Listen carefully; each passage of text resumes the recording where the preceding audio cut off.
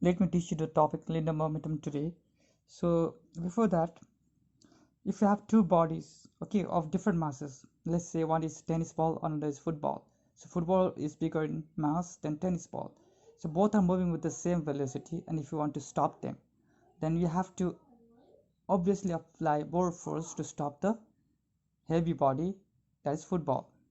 Okay, so here both the bodies are of two different mass. One is heavy mass, another is light mass, football and tennis ball. And if they are moving with the same velocity, then you have to apply larger force to stop the heavy body.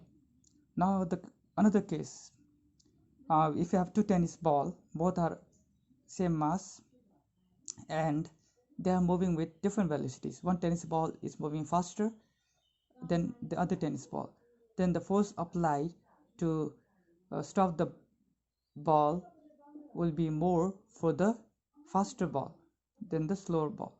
Okay, so even if the speed is more, even if they have the same mass, then the force required to stop the body which has greater speed or greater velocity will be more.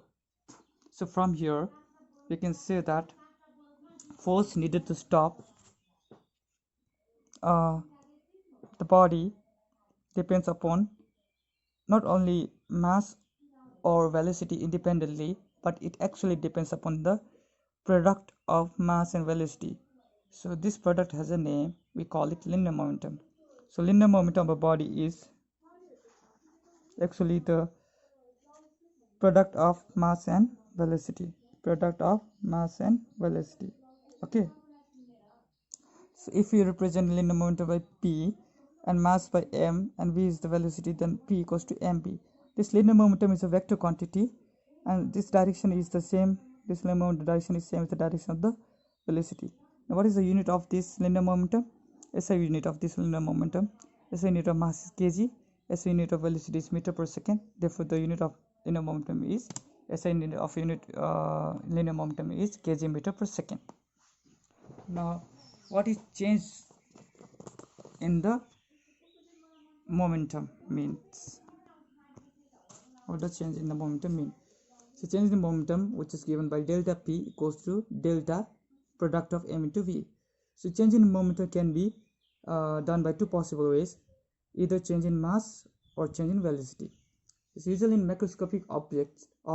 Macroscopic object means like car, human, okay, animals, so all these things which you can see, those macroscopic objects. If you see the motion of those macroscopic objects, when they move, the mass will remain same. For example, if you are moving from Bana to Vindaguri, the mass will not change. The mass will remain same. Only the velocity can change. So for macroscopic object, mass doesn't change. Therefore, change in linear momentum would be given by only change in velocity. But if you take another particle, if you take atomic particles, which is very small in size, and they have a speed comparable to the speed of light.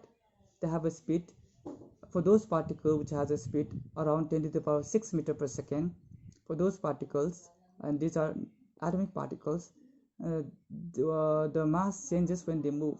Okay, the mass will change when they move. For those particles, you have to take changes in mass also into consideration.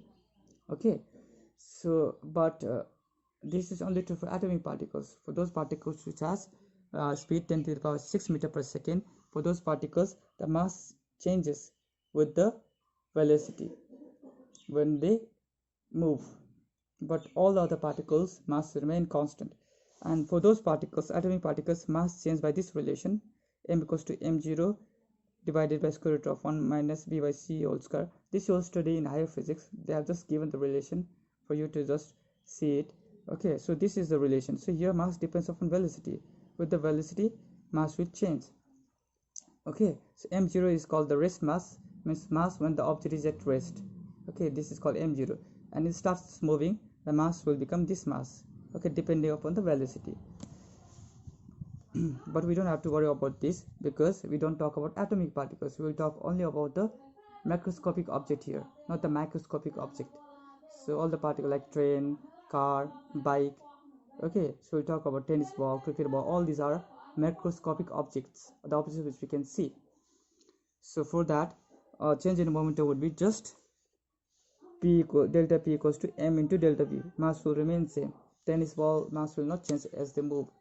So mass will remain same, only the velocity will change. So rate of change of momentum. Another topic is rate of change of momentum.